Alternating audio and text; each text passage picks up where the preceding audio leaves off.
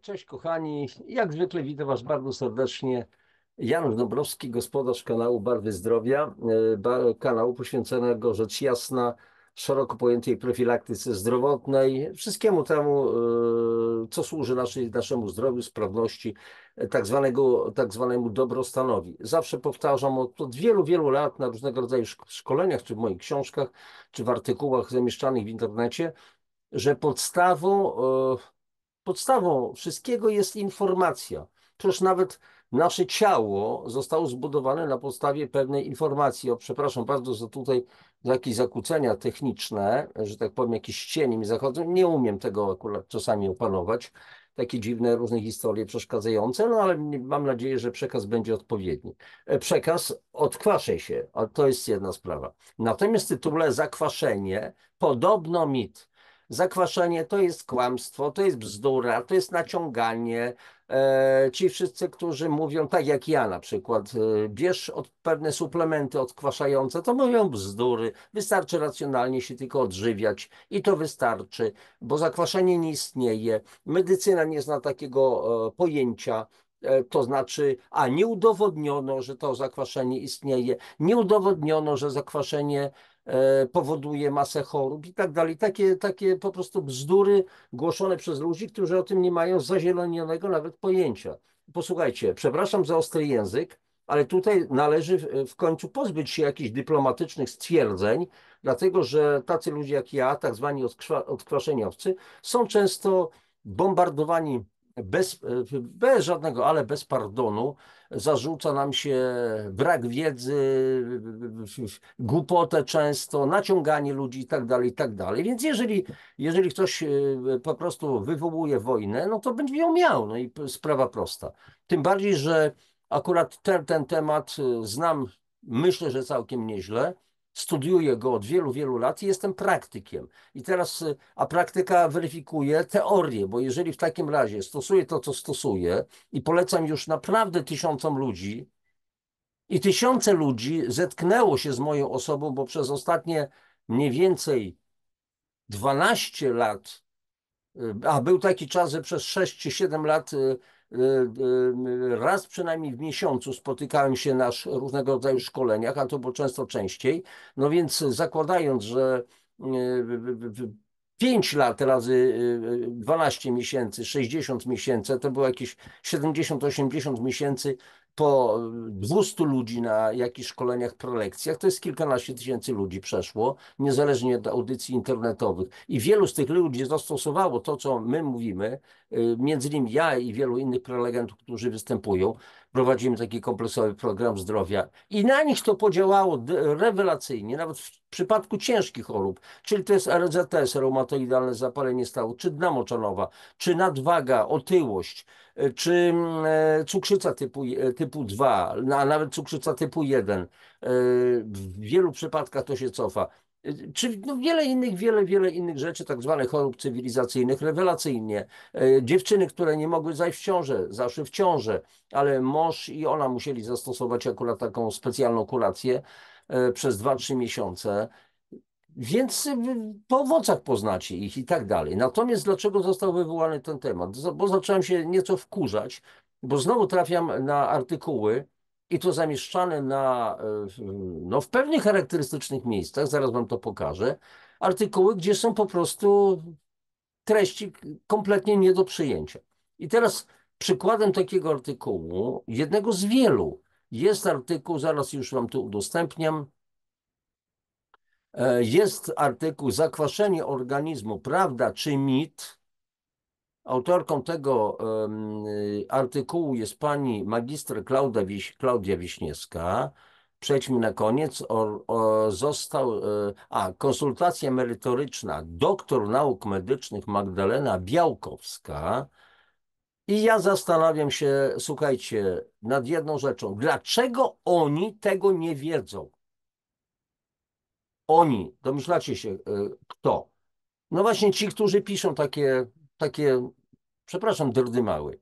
I teraz zobaczcie, że ten artykuł został umieszczony w internecie w Narodowym Centrum Edukacji Żywieniowej, więc przeciętny z nas, ja też powiedzmy 20 parę lat, 30 lat temu, gdybym trafił, przyjąłbym z całym dobrodziejstwem inwentarza jako po prostu prawdę objawioną. No tutaj pewnie jakaś pani dietetyk, pani doktor nauk medycznych to potwierdza, konsultacja merytoryczna, wszystko jest w porządku, więc nie słuchałbym kogoś, kto mi będzie klepał coś innego. No to rozklepmy to wszystko. Zakwaszenie organizmu, prawda czy mit? Brak energii, ciągłe uczucie zmęczenia, bóle głowy, pogorszenie stanu skóry, włosów, paznokci, osłabienie odporności to często wymieniane objawy zakwaszenia organizmu. Lista dolegliwości jest zdecydowanie dłuższa i z pewnością każdy znalazłby na niej objawy, które są typowe również dla niego.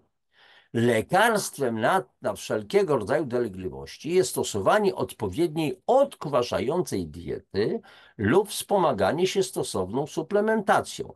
Czy zakwaszenie organizmu naprawdę istnieje? Na czym polega dieta odkwaszająca oraz czy jest ona faktycznie konieczna? I słuchajcie, kochani, jak ja to czytałem, to myślę, faktycznie ktoś tutaj niezły napisał.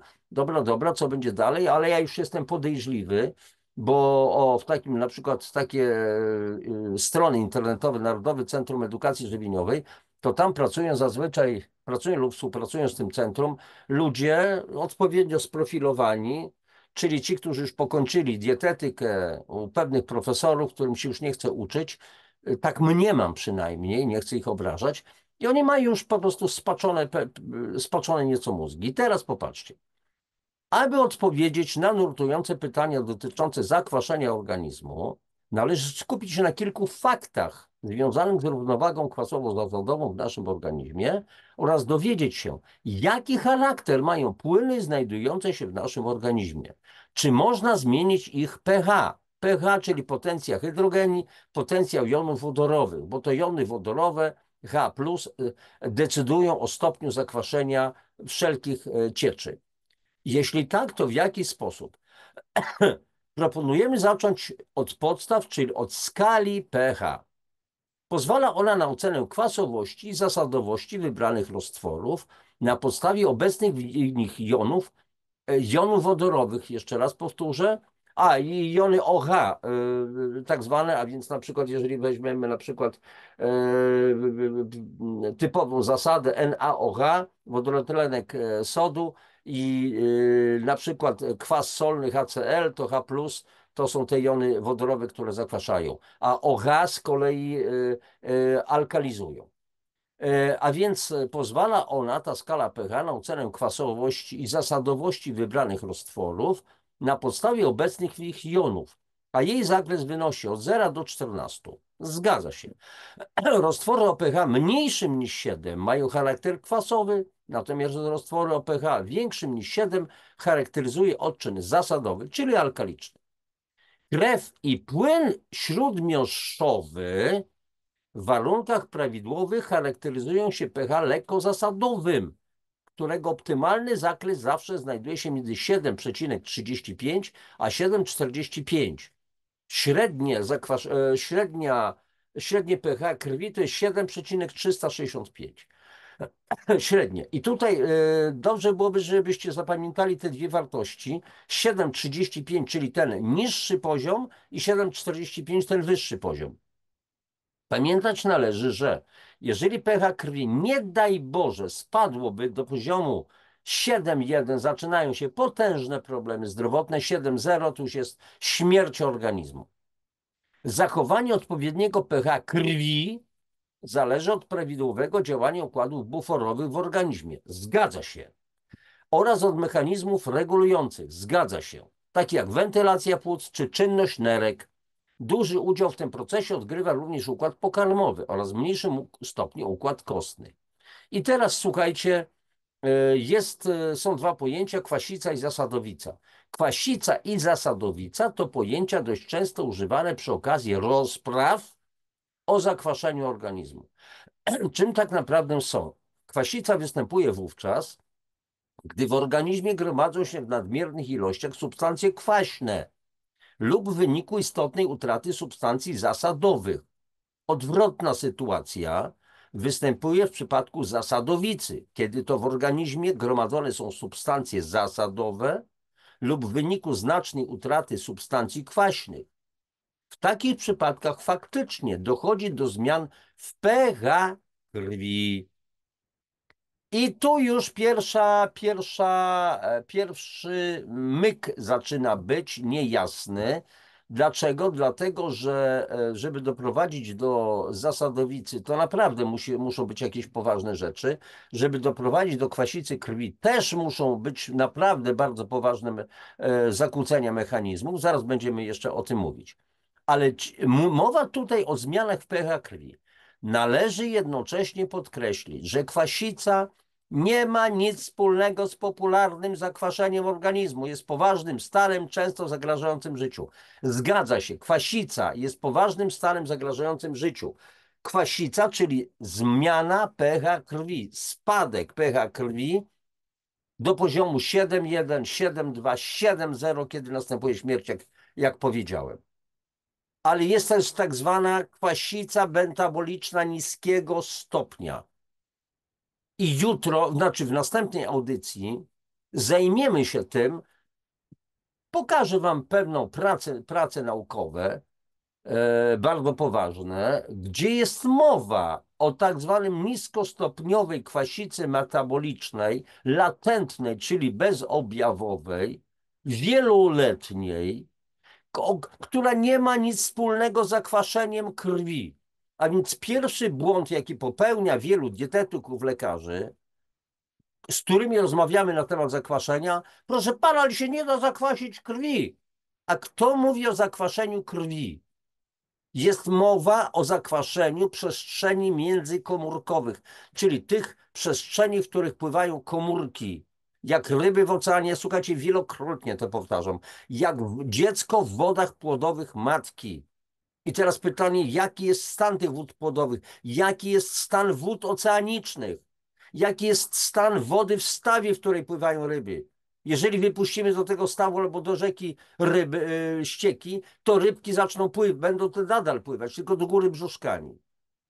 A więc jest kwasica krwi i jest kwasica metaboliczna niskiego stopnia, która przekwasza nasze tkanki. Dobrze, ale idziemy dalej. Kiedy dochodzi do zmian w równowadze kwasowo-zasadowej? Istnieją dwa główne rodzaje zaburzeń w równowadze kwasowo-zasadowej. Oddechowe, związane głównie ze zmianami w prężności dwutlenku węgla oraz nieoddechowe, metaboliczne, związane z zaburzeniem w ilości nielotnych kwasów lub zasad w organizmie. I teraz uwaga, zawsze kiedy dochodzi w organizmie do patologicznych zmian, uruchamiane są mechanizmy regulacyjne, które prowadzą do normalizacji równowagi kwasowo-zasadowej. OK. I tutaj jest na temat kwasicy oddechowej i tak dalej, i tak dalej. Bardzo ważna rzecz, że kwasica metaboliczna może pojawiać się natomiast w przebiegu cukrzycy typu 1, ale uwaga, z tego co zrozumiałem, to pani autor mówi o kwasicy metabolicznej jako kwasicy krwi. Może źle rozumiem. Jeżeli tak myśli, to popełnia błąd, bo kwasica metaboliczna dotyczy całego organizmu, przekwaszenia tkanek. To pojęcie kwasica metaboliczna niskiego stopnia. Permanentna, jeszcze raz powtarzam, czyli wieloletnia, latentna, czyli bezobjawowa. A więc kwasica metaboliczna może pojawiać się natomiast w przebiegu cukrzycy typu 1, niedotlenienia organizmu oraz przebiegu chorób nerek na skutek utraty zdolności wydalania jonów wodorowych. Tak, tylko że ta kwasica nie pojawia się w wyniku przebiegu cukrzycy, tylko cukrzyca pojawia się w wyniku istnienia kwasicy metabolicznej. Zupełne odwrócenie pojęć. Jeżeli jest niedotlenienie organizmu, to jest oczywiście kwasica. Jeżeli jest kwasica metaboliczna, to jest niedotlenienie organizmu. Kwasica pojawia się w przebiegu chorób nerek. To nie powstaje najpierw choroba nerek, tylko pojawia się kwasica, która niszczy nerki.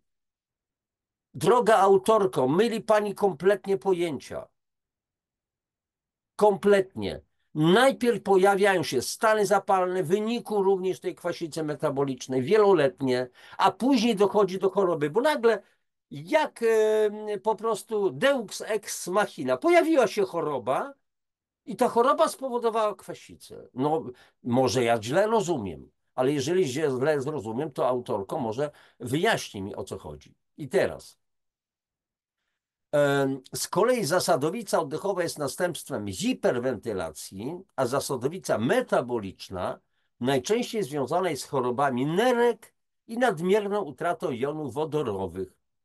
Ja teraz zostawiam to, bo na zasadowicy bardzo mało osób cierpi, ale jest sprawa taka, znowu, zasadowica pojawia się z chorobami nerek. To nie, to właśnie choroby nerek mogą się pojawić w wyniku zasadowicy.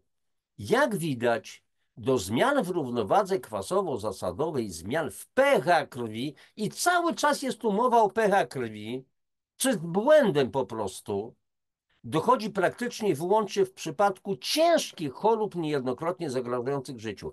Dobrze, to proszę mi powiedzieć, jakie są przyczyny tych ciężkich chorób, jakie są przyczyny tych ponad 70 chorób cywilizacyjnych. I w następnej audycji będę o tym mówił na bazie pewnej pracy naukowej, bardzo solidnej, a nie jakiejś tam po prostu wiedzy, którą ktoś tam, dietetycy, często lekarze otrzymują od lekarzy, od jakichś profesorów, którym się nie chce już w ogóle kompletnie uczyć, najprawdopodobniej. Bazują na starej wiedzy, zdezaktualizowanej i koniec, kropka. Jak widzicie, już ja zamieszczam, znaczy staram się zamieszczać w wielu audycjach linki do bardzo poważnych źródeł. Tutaj ta pani też zamieściła linki, później to pokażę. Natomiast ta wiedza się zmienia. Pamiętajcie, jedna rzecz. Dobrze. Równowaga kwasowo-zasadowa, przewód pokarmowy. Ważnym narządem dla zachowania równowagi kwasowo-zasadowej jest wątroba. Oczywiste, bo to wątroba jest taką fabryką utylizującą wszelkie toksyny, a toksyny mają charakter kwasów, w której zachodzi między innymi cykl syntezy mocznika. Jeśli miąższ wątroby nie jest sprawny, wówczas dochodzi do upośledzenia tego procesu. A dlaczego miąższ wątroby nie jest sprawny? Dopiero wtedy, kiedy nie będzie sprawny, dochodzi do upośledzenia tego procesu, co może zaburzać równowagę kwasową zasadową w organizmie, a nie jest odwrotnie. To jaka jest przyczyna, że miąższ wątroby nie jest sprawny? Sam z siebie człowiek się urodził albo nagle przekręcił jakieś pokrętełko w sobie i nagle ten miąższ stał się niesprawny. No, nie rozumiem tego. Istotną rolę w tym przypadku odgrywają również pozostałe części przewodu pokarmowego i tak w żołądku z charakterystycznym niskim pH powstaje kwas solny wydzielany wraz z sokiem żołądkowym oraz wodorowęglan sodu.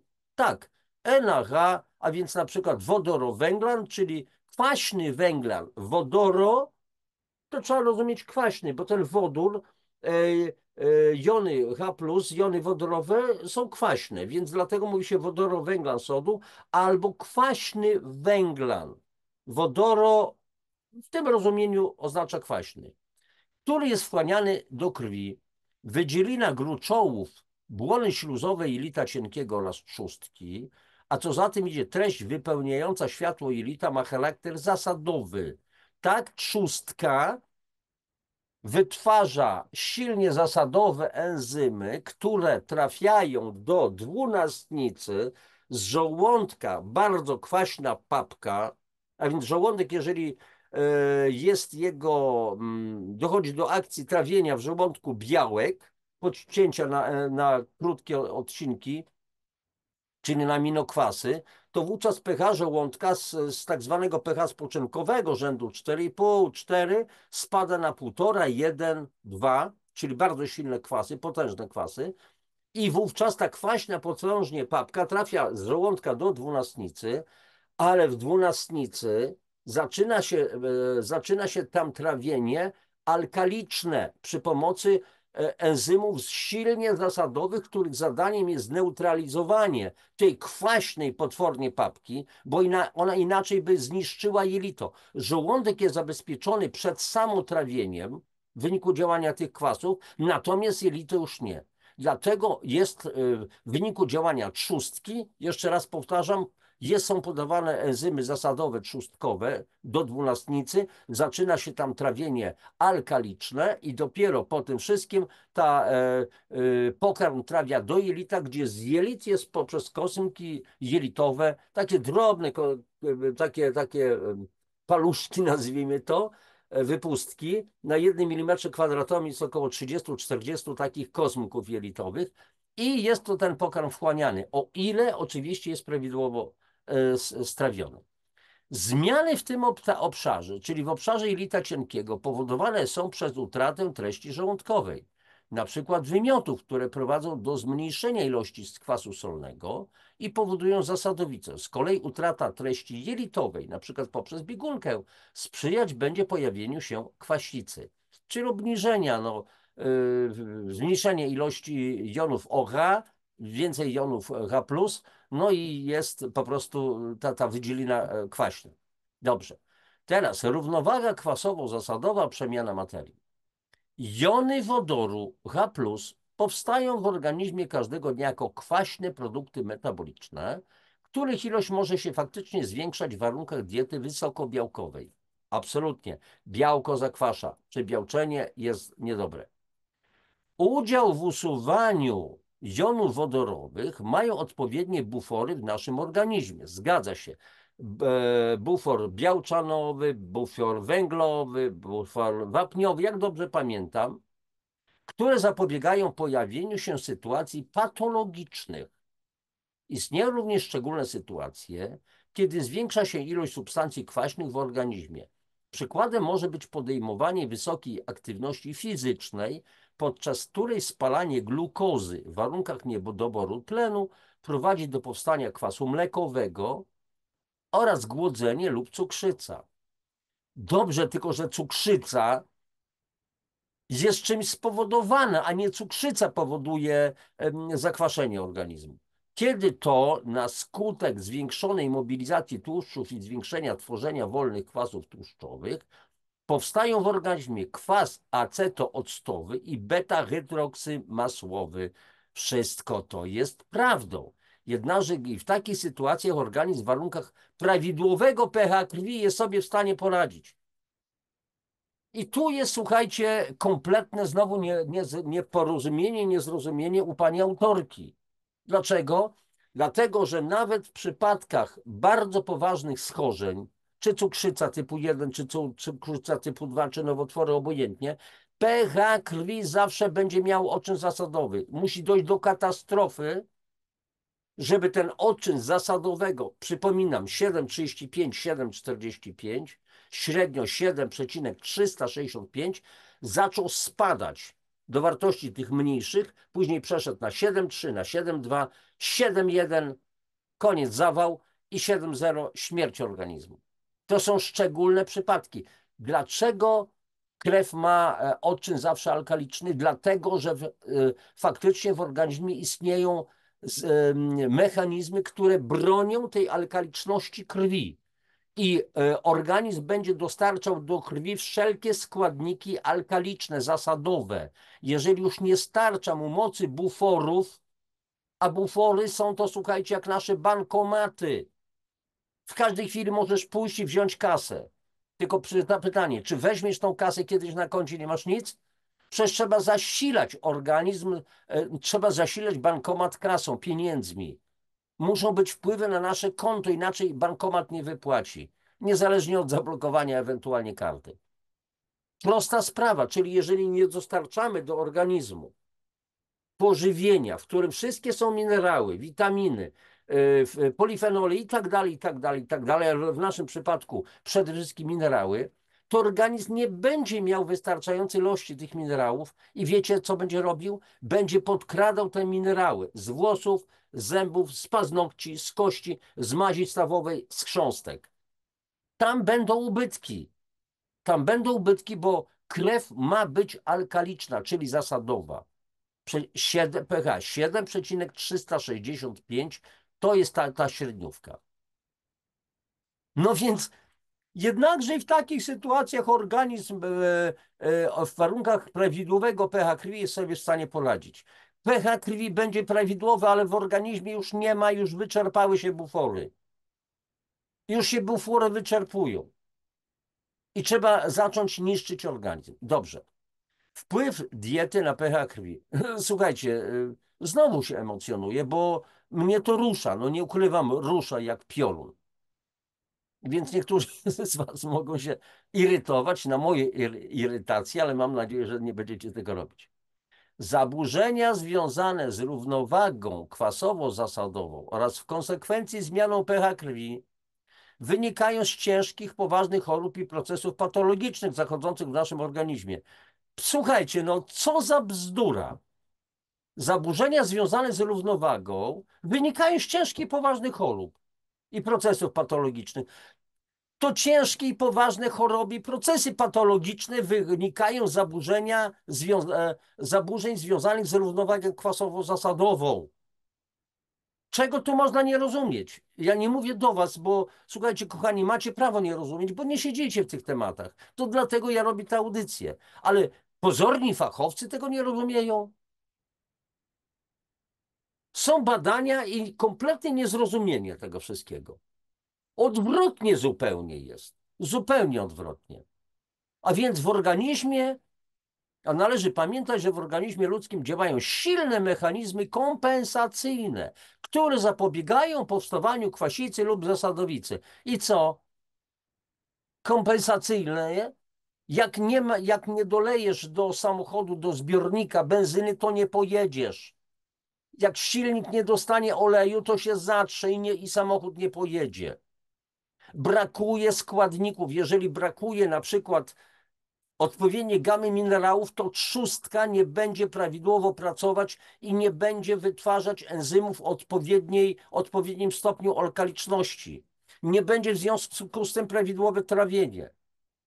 Dochodzi w związku z tym do tak zwanej dyspepsji, czyli niestrawności, bo niestrawione cząstki pokarmowe nie będą przyswajane w jelicie, czyli dochodzi do niestrawności, do nieprzyswajalności, a jeszcze zaczynają się w dodatku choroby autoagresywne, autoimmunologiczne, gdzie nasz organizm zaczyna sam siebie atakować. Robiłem audycję chyba, podcast jest taki chyba 31, gdzie mówimy na ten temat. I teraz dieta wysokobiałkowa może wpłynąć na zwiększenie ilości kwaśnych produktów metabolicznych, jednak nie jest to ilość tak znacząca, z którą nie byłby w stanie poradzić sobie nasz organizm. Nieprawda. Dieta wysokobiałkowa tak wpływa na zwiększenie ilości kwaśnych produktów. Przebiałczenie jest bardzo groźne. I teraz, jeżeli zjadamy za dużo jaj, a przede wszystkim mam na myśli białko jaj, nie żółtko, to jest inny rodzaj białka. Żółtko zawiera między innymi lamininę, to jest bardzo ciekawa substancja, ale jesteśmy przebiałczeni. Bardzo dużo białka, czyli sery, twarogi, dużo mleka, dużo mięsa i tak dalej. Jesteśmy przebiałczeni, a nie ma zrównoważenia między innymi z witaminą C, wieloma innymi minerałami, to białko zacznie gnić w naszych trzewiach. Tym pięknym objawem, pięknym w cudzysłowiu, że za dużo jest białka i to białko nie jest trawione, jest po prostu bardzo przykra woń w toalecie. A co tak wonieje? Indole, skatole, anglikony, jad trupi między innymi, siarkowodór oczywiście, czyli woń zepsutych jaj i tak dalej, i tak dalej. To jest typowy przykład. Dalej. Permanentnie obecna nadmierna ilość kwaśnych produktów metabolicznych powstająca w wyniku stosowania diety wysokobiałkowej może negatywnie wpływać na pracę poszczególnych narządów, a w szczególności nerek i wątroby, które biorą udział w metabolizmie tych związków. Absolutnie tak. Stosowana dieta nie będzie przyczyniała się zatem do zmian w pH krwi i rozwoju zaburzeń równowagi kwasowo-zasadowej, ale może przyczyniać się do pogorszenia pracy nerek czy wątroby. Wiecie co? Straszne. Brak logiki. Dlaczego? Stosowana dieta nie będzie przyczyniała się zatem do zmian krwi. Tak, oczywiście, bo krew będzie broniona, pH krwi alkaliczne będzie bronione, tam cały czas będą minerały do krwi transportowane, ale skąd one będą brane? Właśnie z paznokci, z kości, zębów, włosów, mazi stawowych, chrząstek. Z wszystkich rezerwuarów. Nawet mięśnie potrafią być po prostu niszczone i dochodzi do sarkopenii. Ale może stosowana diety może przyczyniać się do pogorszenia pracy nerek czy wątroby. Ależ oczywiście i wówczas i pojawiają się różnego rodzaju stany stany zapalne. Od tego się zaczyna. Pogarsza się praca nerek, czyli krew jest nieprawidłowo filtrowana. Nie są wyrzucane kwasy, kwasy zostają w organizmie i zaczynają być problemy. I tyle. Wpływ diety na pH moczu. Wiemy już, że dietą nie jesteśmy w stanie zmienić pH krwi. Nie dlatego, że dieta nie ma na to wpływu, tylko że jeszcze raz powtórzę, że pH krwi jest ciągle bronione. Ale nieprawidłowa dieta z wysoką ilością składników kwasotwórczych będzie destrukcyjnie wpływać na organizm. I inne obszary organizmu będziemy tracić pomału.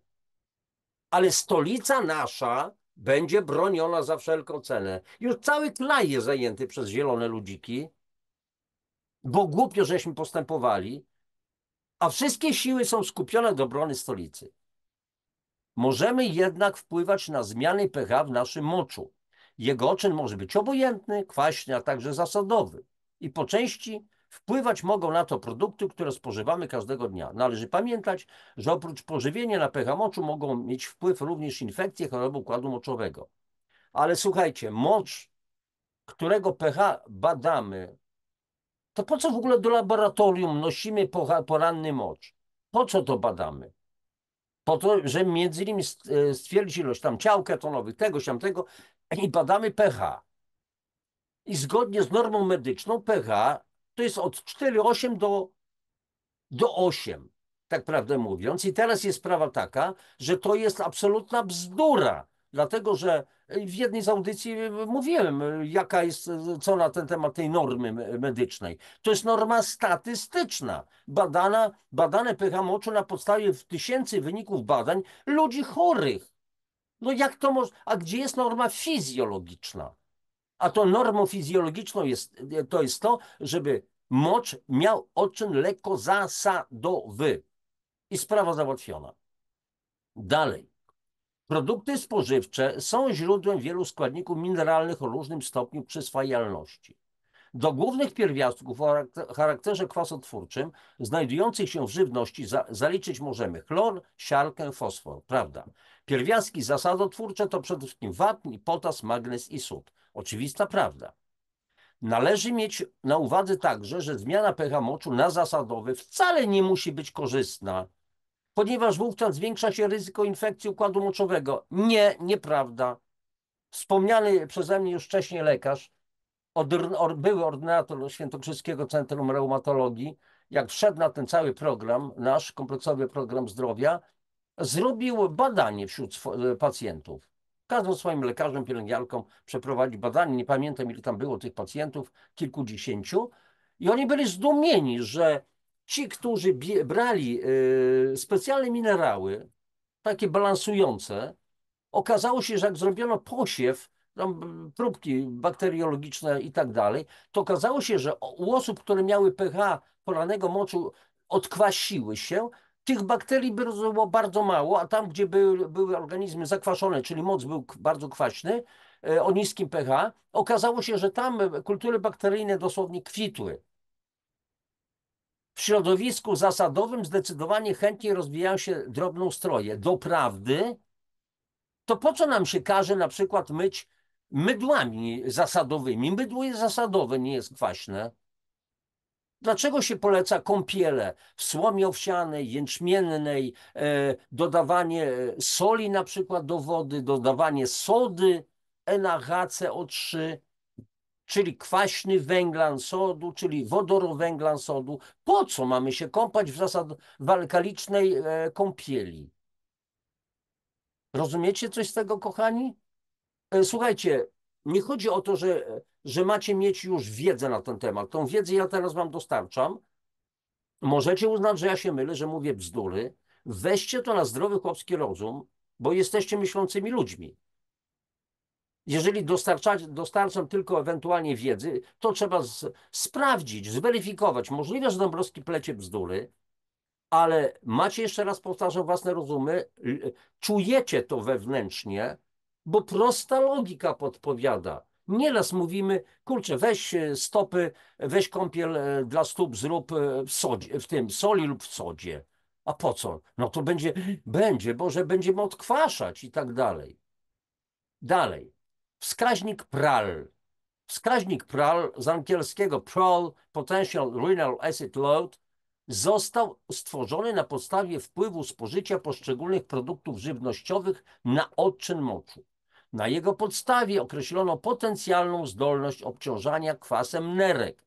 Jeżeli nerki są obciążone kwasem, to przestają prawidłowo funkcjonować. Dochodzi często do ich zniszczenia i wtedy, kiedy nerki w ogóle źle pracują, to wyobraźcie sobie i badamy pH moczu takiego człowieka, który ma zniszczone nerki i u niego widzę, że człowiek jest chory, bo ma nadwagę albo otyłość, czerwony na twarzy, czyli typowy nadciśnieniowiec, opuchnięte no, pod oczami opuchlizna, palce opuchnięte, stawy skokowe opuchnięte, widać, że źle się czuje i tak dalej.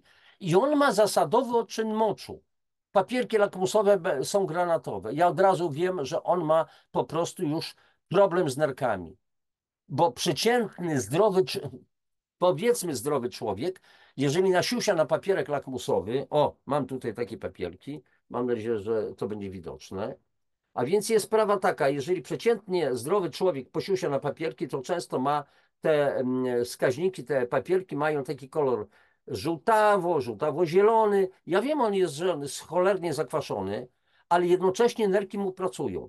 U człowieka, który jest albo bardzo zdrowy, wybitnie zdrowy, te papierki mają po nasiusianiu na nie albo ten kolor granatowy, albo to jest u człowieka ten kolor granatowy, który ma totalnie zniszczone już nerki. Znaczy zniszczone. No nerki są chore.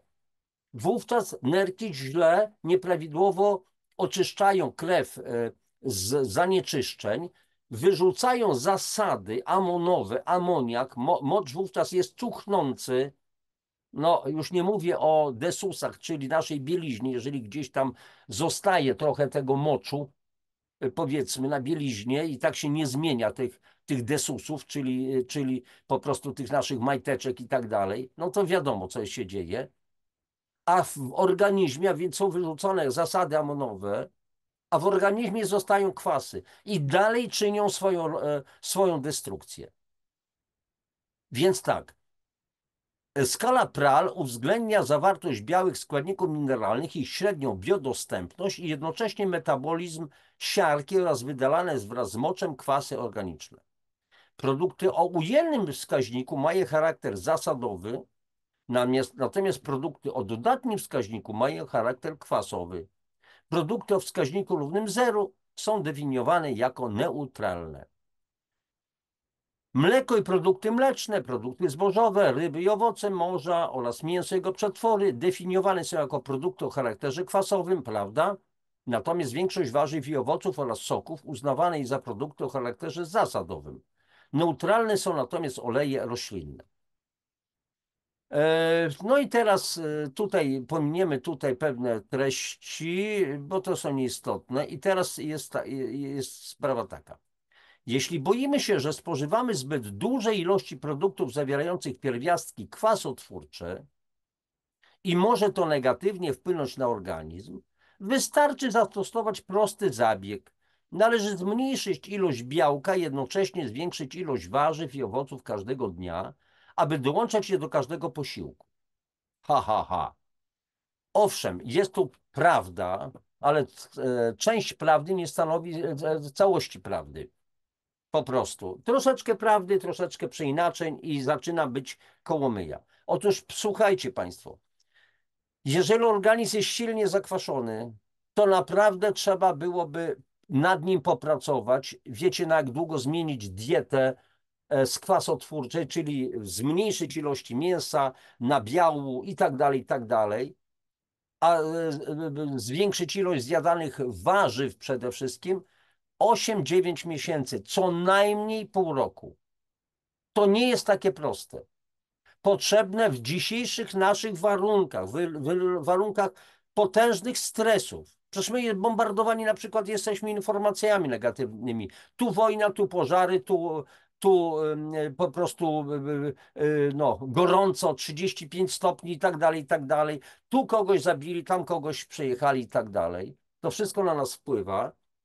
I te wszystkie stresy, które w nas się kumulują, kochani, bardzo silnie wpływają na zakwaszenie organizmu. Zakwaszenie niszczy nerki, a zwłaszcza nadnercza, czyli pojawia się tak zwana hypoadrenia, czyli wyczerpanie nadnerczy i to jest przyczyna powstawania wielu chorób. A główną tą przyczyną jest zakwaszenie organizmu. Wieloletnie, permanentna, latentna, czyli bezobjawowa kwasica metaboliczna niskiego stopnia, takie malutkie, kap, przez dziesiątki lat. Jest taka tortura na Dalekim Wschodzie. Zamyka się człowieka do takiego ciasnego pomieszczenia i tak mu kapie kropelka wody na głowę. Podobno po 2-3 godzinach to ma się wrażenie, że to jest dudni młot, że to jest uderzenie młotem. Po troszeczkę i tak dalej. Dalej. Warzywa i owoce powinny stanowić przynajmniej połowę talerza. Pozostałą część należy uzupełniać o produkty dostarczające białko i węglowodany złożone. Dobra, powiedzmy, że z tym się zgadzam. Dieta alkaliczna, koncepcje. Tu są bardzo już ciekawe rzeczy. Idea diety alkalicznej powstała tak naprawdę już ponad 100 lat temu i ukształtowała się na podstawie twierdzeń świadczących o tym, że współczesne diety zakwaszają organizm, prowadząc tym samym do rozwoju licznych chorób, w szczególności takich jak nowotwory, choroby układu krążenia czy osteoporoza. Zwolennicy twierdzą, że spożywana żywność czy produkty do jedzenia jest w stanie wpłynąć na to, czy organizm ma charakter zasadowy, kwasowy czy neutralny. Samej diecie przyświeca dość dobra koncepcja. Docenione zostało, ponieważ opiera się przede wszystkim na zwiększeniu w codziennym menu produktów, w których przeważają pierwiastki zasadotwórcze, większość warzyw i owoców, oraz na zmniejszeniu spożycia produktów bogatych w pierwiastki kwasotwórcze, głównie mięsa i jego przetworów. Udowodniono jednak, że wprowadzenie takiej diety praktycznie nie wpływa na zmiany pH krwi.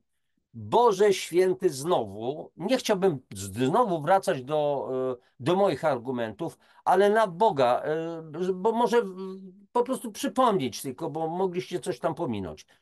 Oczywiście, że nie będzie wpływać na zmiany pH krwi, dlatego, że organizm będzie bronił tego pH krwi, więc jeżeli już kwasy są w organizmie i grożą krwi, to organizm będzie wykorzystywał te wszystkie składniki zasadowe, alkaliczne. Jeszcze raz powtórzę, będzie ściągał z włosów, zębów, z kości, z paznokci, z mazi stawowej, z mieszków włosowych właśnie, z chrząstek. Tam będą ubytki, tam się kurczę zaczynają problemy, ale pH krwi jest bronione. I koniec, kropka, bo krew między innymi zasila nasz mózg. A więc tu możemy żyć bez rąk, bez nóg, bez włosów, bez zębów, ale kadłubek ma funkcjonować, ma krążyć krew i tak dalej. I pH krwi będzie prawidłowe. A więc jeszcze raz, udowodniono jednak, że wprowadzenie takiej diety praktycznie nie wpływa na zmiany pH krwi, co wspiera dotychczasowe hipotezy oraz nieznacznie zmienia pH moczu w kierunku zasadowym, co jak już wcześniej wspomniano, nie zawsze może być korzystne dla organizmu. Bzdura nad bzdurami. Dalej. Aktualnie brak również wiarygodnych danych naukowych dowodzących korzystnego wpływu stosowania diety alkalicznej na zmniejszenie ryzyka większości chorób cywilizacyjnych. Przepraszam, na jakiej podstawie pani autorko, pani twierdzi, że brak również wiarygodnych danych naukowych? Jedynie dlatego, że ich pani nie zna? Proste. Nie ma Morza Śródziemnego, bo ja tam nigdy nie widziałem, nie byłem. Nie ma Atlantyku. No, wiecie, to jest już, jadę teraz po bandzie, bo największy nawet głąb w szkole, jak chodził, no to jednak coś mu się tam zapamiętało, że ten Atlantyk czy Morze Śródziemne istnieje. Ale bardzo często wielu z nas reaguje, nie, nie, ja w to nie wierzę. A dlaczego? No bo nie wierzę, no bo coś takiego nie istnieje, nigdy tego nie widziałem. Albo nigdy nie o tym nie słyszałem. No i co z tego? Ale inni słyszeli, widzieli. Jeszcze raz przypomnę, aktualnie brak również wiarygodnych danych naukowych dowodzących korzystnego wpływu stosowania diety alkalicznej na zmniejszenie ryzyka większości chorób cywilizacyjnych. Droga pani, czy pani zdaje z tego sprawę, że produkty do jedzenia, które wtłaczamy w siebie, a rocznie wtłaczamy 700 do 1000 kilogramów i w tej ilości 6 do 8 kilogramów to są spulchniacze, polepszacze, barwniki, e, pestycydy, metale ciężkie, radionuklidy, plastiki, nano i mikroplastik. I jaki one mają wpływ na nasz organizm? A co na temat stresów? A co na temat oddziaływania pól elektromagnetycznych? A co na temat napojów, które my pijemy? Na temat wody, która zawiera to, co zawiera? I takie wiecie, słuchajcie, jak się nie ma większej wiedzy, takiego szerszego oglądu, to się ma taką ociupinkę i tylko w tej ociupince, tylko takie klapy i tylko widzę to co przed sobą, a nie widzę kompletnie, co się z boku dzieje. Do tej pory najlepiej przebadanym zagadnieniem był wpływ diety alkalicznej na stan układu kostnego i ryzyko osteoporozy. Jednak wnioski pochodzące z ostatnich badań nie wspierają jednoznacznie również tej hipotezy. Przypomina mi się, słuchajcie, kochani, właśnie sympozjum z czerwca 2017 roku w Cydzyna koło Kielc, 9. Świętokrzyskie spotkanie reumatologiczne. Jako jedyny nie lekarz byłem zaproszony na to spotkanie. Dużo pomogłem, nie ukrywam, nie zadzieram nosa, ale tak było. Organizatorowi w pewnych sprawach. Był tam zaproszony mój znajomy lekarz, który na temat zakwaszenia, akurat doktor nauk medycznych z Krosna, rewelacyjny lekarz, który zakwaszenie ma w paluchu. I ja głównemu organizatorowi, który chciał, że tak powiem, sprzedać ideę odkwaszania innym lekarzom, mówię po prostu, słuchaj stary, jeżeli ja zrobię ten wykład na temat zakwaszenia i odkwaszania, to będą mnie próbowali spalić na stosie, a ja jestem niepalny i dojdzie do skandalu najprawdopodobniej, jeżeli będę brzydko atakowany. Więc wykład na temat zakwaszenia i odkwaszania powinien zrobić lekarz dla lekarzy. Poznałem tych dwóch lekarzy, organizatora i tego lekarza z Krosna. Lekarz z Krosna przyjechał też jako gość, zrobił świetny wykład, do dzisiaj mam jego wykład nagrany. Lekarze tak sceptycznie do tego podeszli, ale nic nie mówili, bo to lekarz. Później wystąpił czeski lekarz, twórca kompleksowego programu zdrowia, który pokazywał slajdy, pokazywał wyleczenia, różne choroby, dokumentacje, ale to nie były dowody kliniczne. I na koniec taki pewien przewodniczący, pan profesor, Polak z Kanady, specjalista od leczenia stawów, jedynie zastrzykami z kwasu hialuronowego, zapytał: panie kolego, a jakie ma pan dowody kliniczne na skuteczność tej pana metody? Skończyło się. Więc natomiast jeszcze raz powtarzam, jestem praktykiem.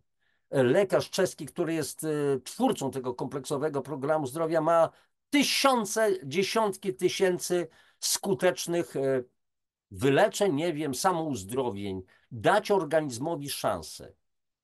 I było wszystko, ale to nie zostało przyjęte. I następna perełeczka. W pewnym momencie wychodzi taki bardzo otyły lekarz, to już była, no już prawie pod otyłość olbrzymią, i robi wykład na temat związków otyłości, osteoporozy z otyłością. I tak przez 20 mówi, coś tam mówi. W końcu staje pewien młody lekarz, mówi: panie doktorze, to z pełnym szacunkiem, to są te związki osteoporozy z otyłością, czy nie? Przez 20 minut nic nie padło. I lekarz odpowiedział: no proszę państwa, jedne badania mówią, że są, drugie mówią, że nie, musimy to jeszcze badać. Po prostu ja, z boku siedziała moja akurat życiowa partnerka, która jest biologiem, biotechnologiem, ma w paluchu to akurat tą wiedzę. Myśmy w pewnym momencie nie potrafili powstrzymać głośnego śmiechu, więc inni lekarze patrzyli na nas, kto jest to taki, dlaczego my reagujemy. Po prostu nie dało się tego słuchać w ogóle. Podszedłem na przerwie do tego lekarza z Czech, twórcy kompleksowego programu zdrowia. Pytam go, mówię, panie doktorze, czy pan rozumie, co tu się dzieje? On powiedział tak, tłumacz przetłumaczył, mówi, ja rozumiem, tylko ja nic z tego nie rozumiem. No, rozumiał po polsku, tak? Dobra, dalej. I teraz kwiatki.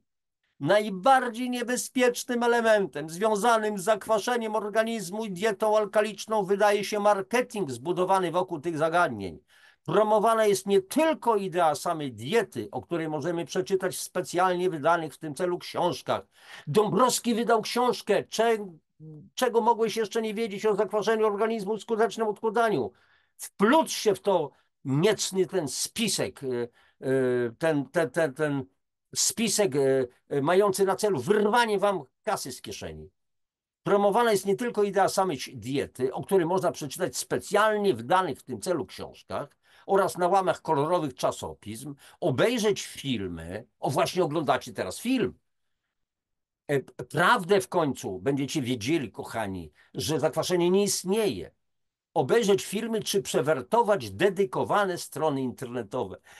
Kochani, wiecie co? Przeglądacie, nie, przepraszam, wertujecie dedykowane strony internetowe niejakiego Janusza Dąbrowskiego, Barwy Zdrowia, i tam Dąbrowski wam pierze solidnie mózgi. Boże, jak pierze. W ogóle te lajki, te komentarze, te inne historie, takie sympatyczne dla mnie, to tylko świadczą, że już wam totalnie mózgi zawróciłem w drugą stronę najprawdopodobniej. Ten obwieś, ten szalbierz, ten foliarz i tak dalej. Oczywiście się śmieję, bo o czym tutaj mowa? Promowane są również różnego rodzaju suplementy diety, specjalne płyny i wody do picia oraz różnego rodzaju maszyny służące do alkalizacji wody. I chwała tym, którzy to propagują. Ci, którzy propagują, często też nie mają za dużo wiedzy, mają pewną nauczoną marketingową, co mnie wkurza, tak prawdę mówiąc, ale oni dostarczając te suple, te, te wody do picia alkaliczne, czy maszyny, czyli po prostu jonizatory, robią dobrą robotę. I nawet jeżeli nie mają pełnej wiedzy, to nie ma żadnego po prostu problemu. Przepraszam, tu coś mi się pokazało, jakieś okienko i tak dalej. Skutek jest dobry generalnie. Dalej. Należy podkreślić, że do tej pory nie przeprowadzono wiarygodnych badań naukowych wspierających tezę, że wprowadzenie tego typu produktów do codziennej diety wpływa korzystnie na stan zdrowia poprzez zapobieganie wystąpieniu jakichkolwiek chorób lub ma wpływ na ich leczenie. Kochani, to jest nieprawda, że nie przeprowadzono badań, po prostu ta pani autorka nie dotarła do tych badań, to jest po pierwsze. Po drugie, a jakażeż firma, nawet suplementacyjna, nawet całkiem silna, będzie robić badania kliniczne dopuszczające przez 5-10 lat na dużych grupach pacjentów, tylko tyle, żeby ich suplement został dopuszczony ewentualnie do dystrybucji. Suplement, czyli coś naturalnego, co występuje w przyrodzie. A kto pogłaszcze po główce producentów suplementów? Firmy farmaceutyczne pogłaszczą po główce. Masakra.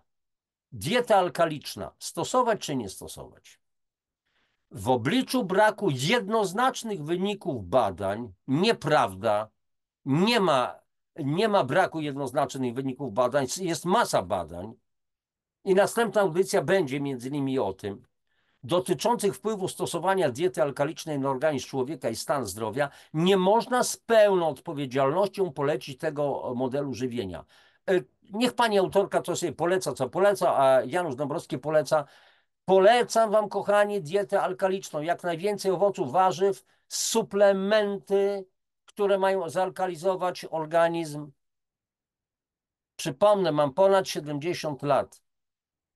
Od 20 paru lat cały czas suplementowałem się, ale od 12 robię to w sposób absolutnie kompleksowy, zaprogramowane dokładnie to. I jakoś na razie nie wiem, kiedy moja świeczka się wypali, ale jakoś na razie mam fajną energię. Ludzie nie dają mi tylu lat, ile mam. Znajomi widzą, że Janusz, ale jak ty chodzisz, jak energiczny chłód, taki wiesz, jak komandos jesteś. Ćwiczę też. Robię wszystko, żeby jakoś tam utrzymać się to przy tej starości PESEL-owej i tak dalej.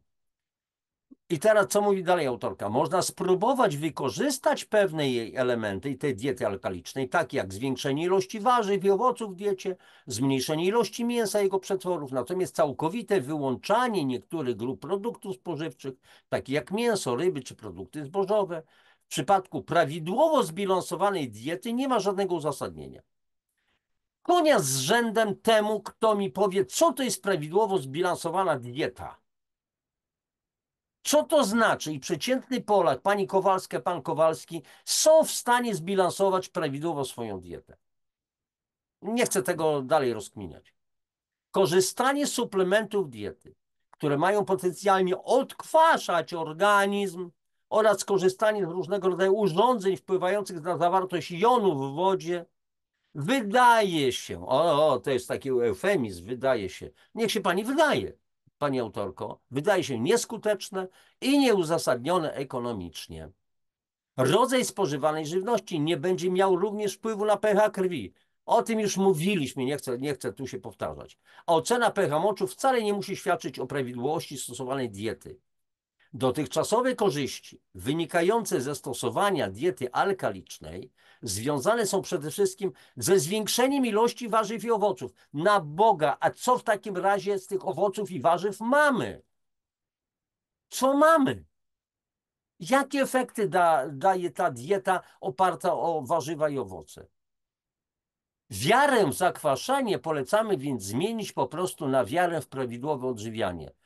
Pani autorko i pani konsultancie merytorycznej, ja polecam wam wiarę zamienić w wiedzę przede wszystkim. Wiedzę. Bo to nie wiara w zakwaszenie, tylko wiedza. Ja wielokrotnie powtarzam, proszę państwa, ja w to nie wierzę. Ja po prostu ja to wiem, jak jest. Jestem oprócz tego, jeszcze raz powtórzę, kochani wam, ja jestem praktykiem.